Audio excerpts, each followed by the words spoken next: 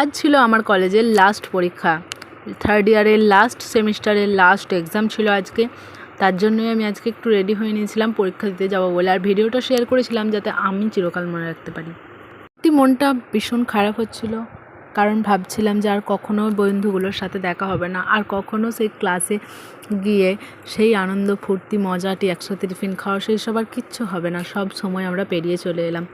ম্যামের কাছ থেকে ফোঁটা নিয়ে নিলাম, দই আর হলুদের ফোঁটা নিয়ে আমরা গিয়েছিলাম পরীক্ষা দিতে। আমাদের সিট পড়েছিল বর্ধমানের বিবেকানন্দ কলেজ, অনেকে এই কলেজটা জেনে থাকবে।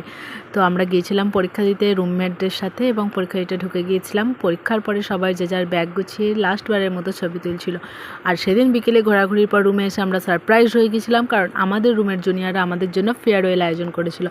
ওরা আমাদেরকে মনে করিয়ে দিল যে আমাদের যাওয়ার সময় চলে এসেছে। যাই হোক, আমরা খুব সেদিন মজা করেছি। তারপর কেক খাইয়ে আমরা সবাই ট্রুথ অ্যান্ড ডেয়ার খেলেছিলাম, এবং রাতে